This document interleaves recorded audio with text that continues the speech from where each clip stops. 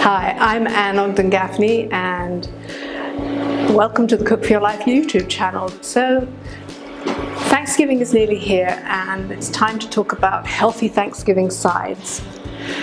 What we're going to do in this class is show you different ways to make different things. You know, you're not necessarily going to have to put marshmallows on your sweet potatoes. I mean, I'm British, so for me that's always been something that I've never quite understood, but it is quite delicious. I have eaten it.